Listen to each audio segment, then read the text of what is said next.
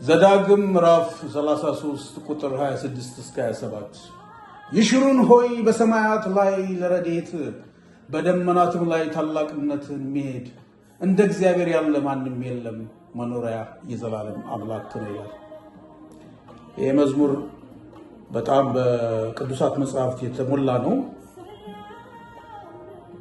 ቅድም የዘመረችው እንዲሁም የተናገረችው እናንተ ሸክማችሁ የከበዳችሁ የሚለው ነው እና በብዙ መከራ ውስጥ አልፋለሁኝ አንተ ሰላሜ ነህ እያለች ነው።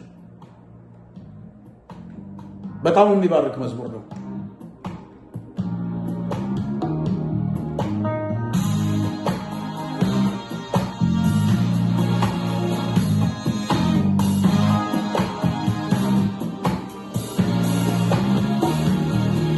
ደህና ነው ካለች እሱማ ይታያል። ሰላም ነው ባለቤት አለኝ እኔ አይደለሁ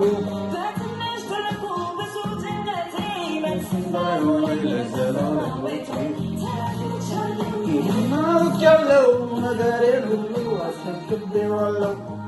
እቺ ደግሞ ኤልሳ ልጅ ስለሌላ ተሰጠችው የሱናማ ሴት ነች እና ልጇ ሞተባትና ከዛ በኋላ ምዕራፍ 4 ላይ መጽሐፍ ካል ላይ ታገኙታላችሁ።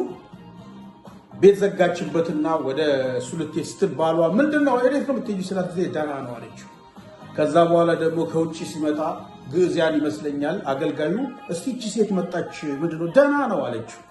ከዛ ልጇን ማስነሳላት እና ይሄ መዝሙር አንድ ጊዜ ፕሮባብሊ ከ10 ዓመት በፊት ሊሆን ይችላል በጣም ብዙ ጊዜ እየተደጋጋሚ ሰማሁትና አንድ ጊዜ ለወገኖች ላኩላቸው የተወሰኑ ሰዎች ያኔ በቴክስት ነው።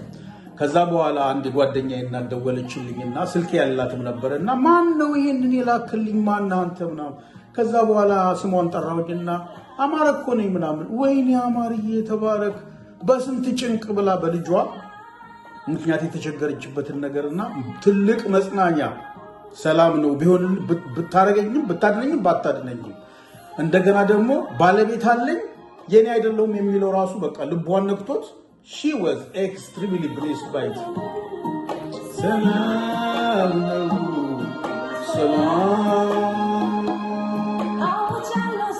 መልካምነትን ባልሞላው ነገሬ ስንፍናን አልሰብክም መልካምነትን ከንቱ ተናግሬ አንተ በላይ ለእኔ ለመጪው ዘመን ያላውቅም